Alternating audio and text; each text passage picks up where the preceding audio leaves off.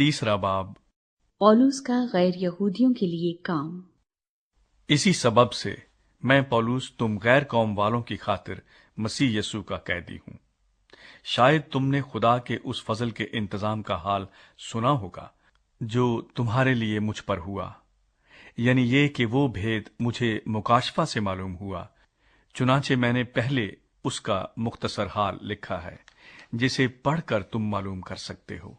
कि मैं मसीह का वो भेद किस कदर समझता हूं, जो और जमानों में बनी आदम को इस तरह मालूम न हुआ था, जिस तरह उसके मुकद्दस रसूलों और नबियों पर रूह में अब जाहिर हो गया है।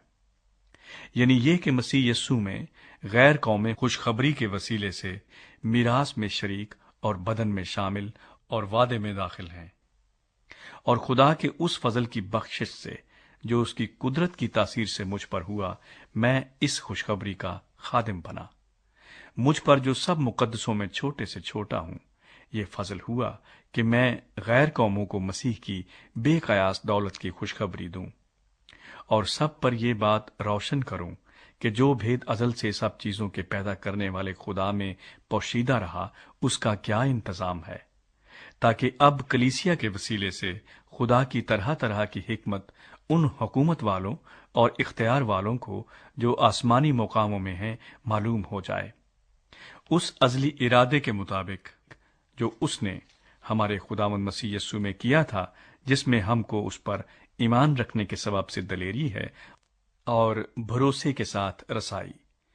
बस मैं दरखास्त करता हूं कि तुम मेरी उन मुसीबतों के सबब से जो तुम्हारी खातिर सहता हूं, हिम्मत ना हारो, क्योंकि वो तुम्हारे लिए इज्जत का बायस हैं। मसीह की मोहब्बत। इस सबब से मैं उस बाप के आगे घुटने टेकता हूं जिससे आसमान और जमीन का हर एक खानदान नामजद है, कि वो अपने जलाल की दौलत के मुआफिक तुम्हें ये इनायत करे कि तुम उसके रूह से अपनी बातनी इंसानियत में बहुत ही जोरावर हो जाओ, और ईमान के वसीले से मसीह तुम्हारे दिलों में सकूनत करे, ताकि तुम मोहब्बत में जड़ पकड़ के और बुनियाद कायम करके सब मुकद्दसों समेत बखूबी मालूम कर सको कि उसकी चौड़ाई और लंबाई और ऊंचाई और गहराई कितनी है,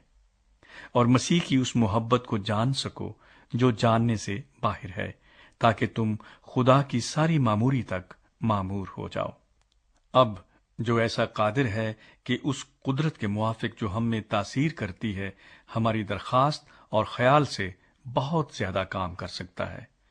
कलीसिया में और मसीह यस्सू में पुश्त दर पुश्त और अब्दुल आबाद उसकी तमजीद होती रहे। आमीन।